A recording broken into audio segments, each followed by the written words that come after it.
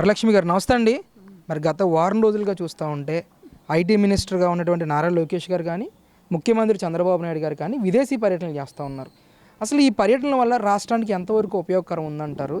ఈ పర్యటనల వల్ల ఎంతవరకు పారిశ్రామికవేత్తలు మన రాష్ట్రానికి వచ్చి పెట్టుబడులు పెట్టే అవకాశం ఉందంటారు? మీ అభిప్రాయం ఏంటి అసలు? ఇవాళ వారం రోజుల నుంచి అండి దీపావళి పండగ కూడా లేదు. అయ్యా కొడుకులు ఇద్దరు చెరో దేశాలు పోయి తిరుగుతున్నారు. మరి దుబాయ్లోనేమో ఆయన మాట్లాడుతున్నాడు చంద్రబాబు గారు. మరి ఆస్ట్రేలియాలోనేమో లోకేష్ గారికి నిజంగా ఆస్ట్రేలియా పోతే లోకేష్ గారికి అసలు రెడ్ కార్పెట్ పరిచి ఎంతో స్వాగతం చెప్పారు మన తెలుగు వాళ్ళు. కానీ అక్కడ వాళ్ళు కూడా బాగా స్పందించారు. ఎందుకంటే యువకులు ఉత్సాహవంతులు ఏదైనా పని చేయాలంటే వాళ్ళకి ఉత్సాహం ఉంటుందండి. జగన్మోహన్ రెడ్డి గారు లాగా అందరూ ఉండరు. ఆయన చక్కగా వెళ్ళాడు, వాళ్ళతో మాట్లాడుతున్నాడు. మంచి ఇప్పుడు ఆక్వా వాళ్ళకు కూడా దిగుమతి ఉందని చెప్పాడు. మొన్న ఆపేశారంట వాళ్ళు ఎప్పటి నుంచో. ఎందుకో ఆపేసిన దాన్ని మళ్ళీ తిరిగి చెయ్యండి, మా దిగుమతి చేసుకోండి ఆక్వా అంటే రైతులకి శుభవార్త చెప్పాడు చక్కగా మొన్న ఆస్ట్రేలియా వెళ్ళిన తర్వాత. ఇట్లాగే ఎన్నో పెట్టుబడులు ఆకర్షించడానికి వాళ్ళు మరి గూగుల్ డేటా సెంటర్ అనేది ఇట్లాంటివన్నీ వాళ్ళు పెట్టుబడులు ఆంధ్రాకి ఏమొస్తాయా, ఏం తీసుకొద్దాం, నలుగురికి ఉపాధి కల్పిద్దామని వాళ్ళు తిరుగుతుంటే ఆంధ్రాకి ఇన్కమ్ వచ్చింది. ఇక్కడ ఉన్న పిల్లలకు కూడా తెయ్యో పనులు ఉండేవాళ్ళు పనులు, ఉద్యోగాలు చేసుకునే వాళ్ళు ఉద్యోగాలు, అన్ని రకాలుగా ఒక సెంటర్ ఏదైనా ఒకటి వస్తే మరి దానికి ఒక కంపెనీ వస్తే దాని చుట్టూ ఎన్ని పనులు ఉంటాయండి. టీ కొట్లు కానీ మరి అయ్యో చిన్న చిన్న ఇవన్నీ ఇవాళ పోయినసారి హైకోర్టులో జగన్మోహన్ రెడ్డి ఉండన్నాళ్ళు అది అంతా హైకోర్టు తప్ప బయట అంతా పాడుపడినట్టుండే ఏముండేది కాదండి అక్కడ. మళ్ళీ వాళ్ళ బోండి అది 19-15 మధ్యలో ఎట్టుందో అట్టుండే. చికెన్ సెంటర్లు ఏంది, చేపలు అమ్మేదేంది, కొట్లు అసలు హైకోర్టు దగ్గర వర్కర్స్కి ఎంత పెట్టారో కొట్లు, బారు కొట్లు ఉన్నాయి. కళ్ళకళ్ళ ఆడిపోతుంది మనం పోయి చూస్తే. అప్పుడు పోతే అసలు ఎవరు లేరు, మమ్మల్ని బానిచ్చేవాళ్ళు కూడా కాదు. ఊరకు హైకోర్టు ముందు నిలబడి ఎప్పుడన్నా రైతులు దొత్తున్న బానిచ్చేవాళ్ళు కాదు. అట్లాంటిది వాళ్ళు ఎంత కళ్ళకళ్ళాడుతుంది. అట్టాగే రాష్ట్రంలో ఇవన్నీ కూడా పరిశ్రమలు వస్తే అసలు వర్కర్స్ వర్క్ చాలా మీద చూస్తే విపరీతంగా లారీలు జనము బాగుండారు. వాళ్ళు ఎంతోమందికి ఉపాధి కూడా అండి. ఎక్కడెక్కడ వాళ్ళు కూడా భోజనాలని ఎయ్యోటి వాళ్ళకి అందియటం కానీ చిన్న టీ కొట్లు ఎట్లాంటివి జరుగుతున్నాయి. అంటే ముఖ్యంగా విదేశీ పర్యటనలన్నీ కూడా పబ్లిసిటీ స్టంట్ కోసమే చేస్తూ ఉన్నారు తండ్రి కొడుకులు ఇద్దరు. ఏదో పిక్నిక్ వెళ్ళి వస్తున్నట్టుగా మాత్రమే ఉంది వీళ్ళ పబ్లిసిటీ మొత్తం అంతా కూడా అని చెప్పి వైసీపీ నాయకులు ఆరోపణలు చేస్తున్నారు. మరి వీళ్ళు పిక్నిక్కే కదండి వీళ్ళు పోయేది. యాడీ పోయినా వీళ్ళు పిక్నిక్ పోయి విమానాలు ఎక్కిపోయి ఆ డబ్బులన్నీ ఆంధ్ర రాష్ట్రం ఖర్చే. అయినా మీరు పోయింది ఏమన్నా ఒక పరిశ్రమ తీసుకొచ్చారా ఇక్కడికి, ఒక కంపెనీ వాటితో మాట్లాడారా వెళ్ళి మీరు?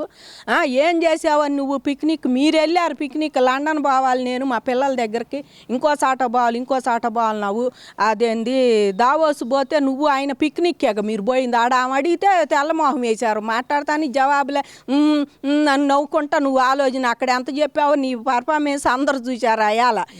ఇంకా నువ్వు ఇప్పుడు ఇలా గుడ్డ ఆయన చెబుతాడు, కోడిగుడ్లు అమ్ముకోవటమే ఎక్కువ ఆయనకి. ఇంకా ఈ మాటలు చెప్పి వాళ్ళ లొకేషన్ చూస్తుంటే ఒక్కొక్కరికి ఐటీ మినిస్టర్ నిజంగా అండి టాప్ మోస్ట్ వాళ్ళ ఎమ్మెల్యేల్లో మన దేశంలోనే బయట ఉండి చదువుకొని ఉద్యోగం చేసి ఒక బ్యాంకులో ఎంప్లాయీగా ఉండి యుఎస్లో ఇక్కడికి వచ్చి ఎమ్మెల్యేగా ఉండి ఇప్పుడు మంత్రిగా చేసిన లోకేష్ గారు చాలా టాప్ వాళ్ళ అందరిలో ఎమ్మెల్యేల్లో కన్నా.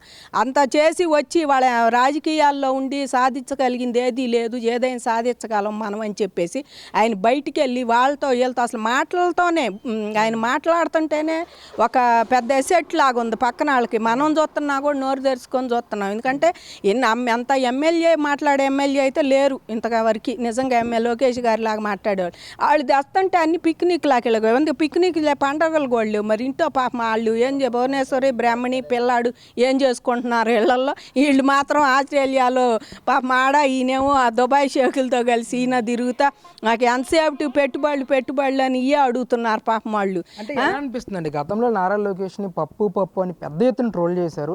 ఈరోజు సింగపూర్ ఇన్వెస్టర్స్తో మాట్లాడినప్పుడు కానీ ఆస్ట్రేలియా ఇన్వెస్టర్స్తో నారా లోకేష్ మాట్లాడే యాక్సెంట్, ముఖ్యంగా ఇంగ్లీష్ యాక్సెంట్ ఎలా ఉంది, ఏ విధంగా అనిపిస్తుంది మీరు టీవీలో చూస్తున్నప్పుడు లోకేష్ గారు మాటల విధానం? అదే చూద్దాం, లోకేష్ గారు అంత చదువుకొని ఆయన ఉద్యోగం వదులుకొని ఏదో బిజినెస్ చేస్తే పెద్ద బిజినెస్ మ్యాన్ అయ్యాడు. అవన్నీ వదులుకొని నేను రాజకీయాల్లోకి రావాలి, ఏదో ఉద్ధరించాలని వచ్చినందుకు తప్పకుండా ఆయన బయటికి వెళ్ళి అట్లా మాట్లాడతాం. వీళ్ళందరూ పప్పు అన్నారు కదా, ఆ పప్పు ఇవాళ పప్పు కాదు, ఒక నిప్పు ఉప్పులాగా తయారాడు. చిటపట్ల ఎక్కడికి పోయినా కూడా ఆయనకి ఎదురే లేదు అసలు లోకేష్కి నిజం మాట్లాడాలంటే.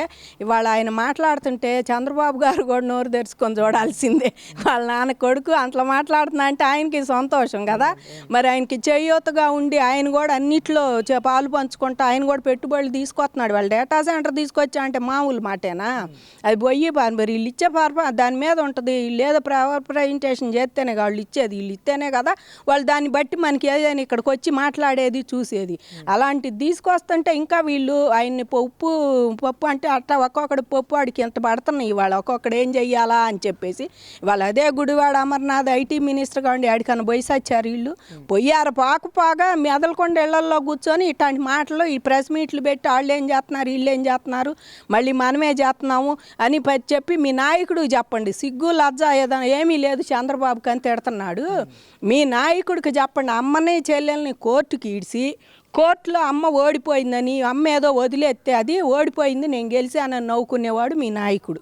తల్లి మీద నువ్వు కోర్టు కేసేది నీ చెల్లి నీకేం తక్కువైందని, నువ్వు ఆస్తులు ఎంత ఉండయో నీ అయ్యని అడ్డం పెట్టుకొని ముఖ్యమంత్రి పదవులు నువ్వు ఎంతగా చేసావో ఇవాళ కోర్టు మెట్లెక్కి ఐఏఎస్లు చెబుతారు నీకు. అవన్నీ కూడా ఐఏఎస్లు మరి నిన్ను అడ్డం పెట్టుకొని నువ్వు ఎన్ని పనులు అక్రమాలు చేసి ఏది చేసి ఐపీఎస్లు చెబుతున్నారు. కాబట్టి ఇప్పటికైనా జగన్మోహన్ రెడ్డి ఇట్లాంటి మాటలు చంద్రబాబుని అంటాం మానుకోవాలి. మెయిన్ ఈయన మీద అసలు కేసు పెట్టాలి, ఎవరు పెడతలేదు. కానీ ఒక ముఖ్యమంత్రిని పట్టుకొని పొద్దుగూకులు బాయిలో దూకి చచ్చిపో, నీకు అన్నేళ్ళు నీకు ఏం వాయి వచ్చింది మీరే చేయండి ఆ పని లేదు. ఎందుకంటే 11 సీట్లకు వచ్చి అసెంబ్లీలో మోహం చూపించలేరు, స్పీకర్తో మాట్లాడలేరు, పక్కనుండ మీరు ప్రతిపక్ష నాయకులు మొహాలు చూడలేరు. అట్లాంటి వాళ్ళు మీరు చేయండి ఆ పనులన్నీ.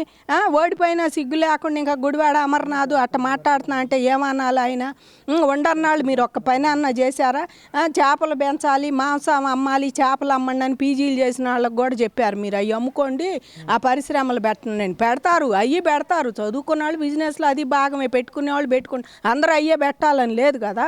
కాబట్టి ఇట్లాంటి మాటలన్నీ మానుకొని వీళ్ళు మాట్లాడితే ఇవాళ వీళ్ళ మీద ఏమేటి పడిద్దో వీళ్ళని కాబట్టి మేల్కొండ ఊరుకుంటున్నారండి నిజంగా. లేకపోతే ఇంక ఇదే అయ్యాంలో జగన్మోహన్ రెడ్డి గారిని కనుక అంటే ఎవరన్నా ఆ టైంలో ఆయన ముఖ్యమంత్రి ఉన్నప్పుడు వాళ్ళని చీల్చి అండాడి తీసుకెళ్ళి స్టేషన్లో పెట్టేవాళ్ళు, పెట్టి కొట్టేవాళ్ళు కూడా. అంటావా మా ముఖ్యమంత్రిని అంటావా? మరి రఘురామకృష్ణరాజు గారిది అదే పరిస్థితి కదా. ఇవాళ నిజం మాట్లాడితే నువ్వు మాట్లాడవచ్చు ఎట్టయినా.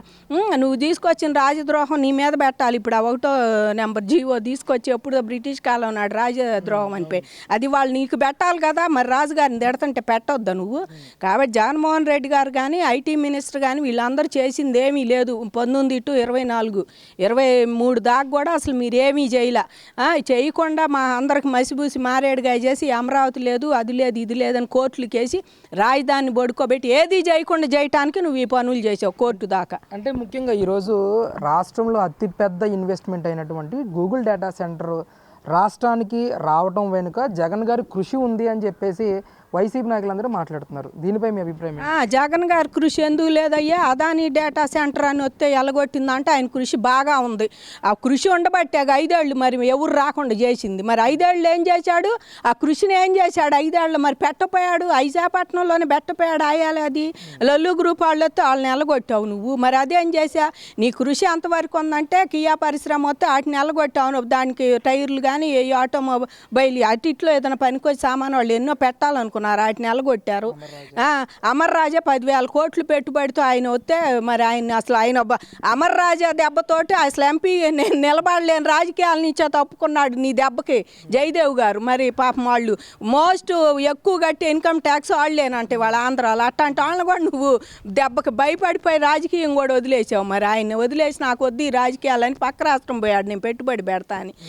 ఇవాళ అదే ఉంటే ఇక్కడ బ్యాటరీలు ఎంత ఇవాళ అన్ని బ్యాటరీలతోనే నడుస్తుంది, పొల్యూషన్ ఏదో వస్తుంది. అది ఎంత పైనకి వచ్చేది ఎంతమంది పిల్లలకు ఉపాధి కల్పించేది అది. అలాంటి పక్కన నెట్టావు. ఇవన్నీ మీ కృషి ఇందులో బాగుందండి. ఈయన వచ్చిన వాళ్ళందరిని నిలగొడటంలో ఈయన కృషి బాగా ఉంది. అమరావతి రైతులను చచ్చిపోవటంలో ఈయన కృషి బాగా ఉంది. పొలాలు ఇచ్చి మేమేమైపోవాలని 270 మంది చచ్చిపోయారు. ఆ కృషి బాగా చేశాడు.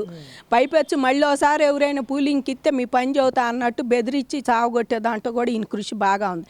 ఇట్లాంటివన్నీ ఆంధ్రప్రదేశ్ ఏదైనా ముందు పోయేదంటే వెనక్కి లాగటంలో ఈయన కృషి బాగుందండి.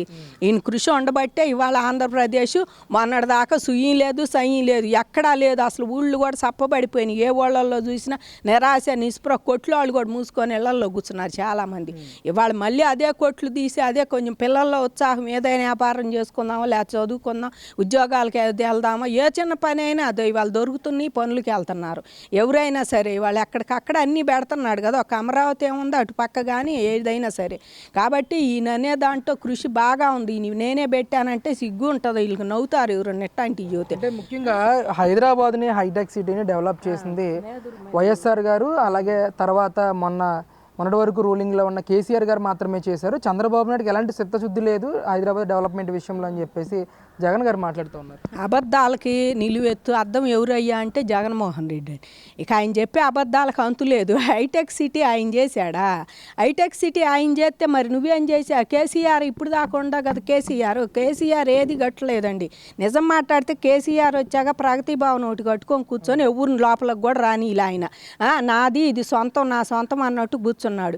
కాబట్టి వాళ్ళు చెప్పే మాటలు కేసీఆర్ ఎంత డెవలప్ చేస్తే మరి నువ్వెందుకు ఓడిపోయా? నువ్వు డేటా సెంటర్లు తెస్తే నువ్వెందుకు 11 సీట్లకు వచ్చావు? మరి హైటెక్ సిటీలు కడితే ఆయన ఎందుకు ఓడిపోయి ఇళ్ళ ఫామ్ హౌస్కి పరిమితం అయ్యాడు? మీ ఇద్దరుగా చెప్పుకోవాలి. ఏ అయినా సరే మీ ఇద్దరు చూసుకో. మీ ఇద్దరు ఉన్నప్పుడు ఆంధ్రాన్ని పడుకోబెడదాం, మన ఇద్దరు ఆస్తులు పెంచుకుందాము, డెవలప్ చేద్దాం. ఏదైనా సరే ఇటు పంపించు, కమిషనర్లు ఇవన్నీ వస్తాయి, నేను చూసుకుంటా, నీకు ఎందుకని పాపం అన్నాదమ్ముడు కాళ్ళు పట్టుకోవటమే తక్కువ. అంత అభిమానంగా ఉండారు కేటీఆర్ కానీ కేసీఆర్ కానీ జగన్మోహన్ రెడ్డి కానీ. కాబట్టి వీళ్ళన్నీ చెప్పే మాటలన్నీ అబద్ధాలండి. హైటెక్ సిటీలో ఇవాళ ఏదైనా సరే అక్కడ ఇవాళ హైటెక్ సిటీ పక్కన పెట్టండి, మైక్రోసాఫ్ట్ బిల్ గేట్సే ఇవాళ చంద్రబాబు గారిని మెచ్చుకుంటున్నాడు. ఇవాళ ఆయనకి ఒక పావు గంట నా పర్మిషన్ ఇవ్వమన్నా ఇలా ఆయన కావండి ప్లీజ్ అని ఒక ల్యాప్టాప్ తీసుకొని ఒక ట్యాబ్ తీసుకొని వచ్చి ఈ ముఖ్యమంత్రి ఏందో ఎట్టొచ్చాడని ఆయనకి ఇస్తే పావు గంట పోయింది, అరగంట అయ్యింది ఆ మీటింగు అయ్యి. దాని ఫలితమే వాళ్ళ మైక్రోసాఫ్ట్ వచ్చింది. అదొకటి గమనించండి. ఐటీకి పునాది వేసిందే చంద్రబాబు గారు. వాళ్ళు బిల్ గేట్స్ గారిని పట్టుకొని బిల్ గేట్స్ గారే ఒప్పుకుంటున్నాడు. ఆయన ఎంత అంటాడు, మీరు చెప్పేది ఏంది, మీరు చదివితే నమ్మేది ఎవడు? ఇవాళ ఐటీ ఆయన ఇవాళ అందరికీ తెలుసు బిల్ గేట్స్ అంటే ఐటీ అని. అట్లాంటి ఆయనే ఈయన మెచ్చుకుంటుంటే నువ్వు ఇలా అబద్ధాలు చెప్పి వాళ్ళు హైటెక్ సిటీ పెట్టారు, వీళ్ళు పెట్టారు, సైబరాబాదు ఇదంతా డెవలప్ చేసింది ఎవరు? అందరూ ఇవాళ 100 కోట్లు పోయినాయి అంటే మరి అన్ని 10 సంవత్సరాలు ఆయన అక్కడ ముఖ్యమంత్రి చేయబట్టే ఇవాళ ఇక్కడ 100 కోట్లకి పోయింది. అక్కడ ఇవాళ ఇవన్నీ చేసి రాళ్ళు రప్పలు లేని కూడా ఇవాళ కట్టాలి, మనకు ఉండాలి, భూమి రేట్లు పెరగాలని వాళ్ళు శంషాబాద్ ఎయిర్పోర్ట్ కానీ ఇవన్నీ చేశారు. తర్వాత పనులు చేశారు. మరి ఆ చిత్తశుద్ధి నీకు లేదు కదా.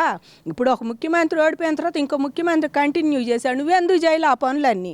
కాబట్టి నువ్వు వాళ్ళతో పోల్చుకోబాకు. మీ నాన్న నీ మీద చాలా బెటరు. చంద్రబాబు గారిని శత్రువుగా ఎంతవరకు అంటే రాజకీయాల వరకే చూశాడు, బయట వాళ్ళకేం శత్రుత్వం లేదు. కాబట్టి ఏదైనా కావాలనుకొని నీకు ఇవాళ బ్రహ్మణి స్టీల్ రావడానికి కూడా అదే కారణం. అది గుర్తుపెట్టుకొని మనుషులకో ఇంకా నోరు తెరితే నువ్వు చేసిన ఐఏఎస్లు ఐపీఎస్ జైళ్ళు పోతున్నారు, వాళ్ళ సంగతి చెప్పాల్సి వచ్చింది. నువ్వు ఎంత అడ్డం పెట్టి కిడ్ ప్రోకోలు చేసావో అందరూ తెలుసు. అసలు నీకు మాట్లాడే అర్హతే లేదు. మెలకుండా ఇంట్లో కూర్చొని నీ కేసులు చూసుకోవాలని కోరుకుంటున్నావు.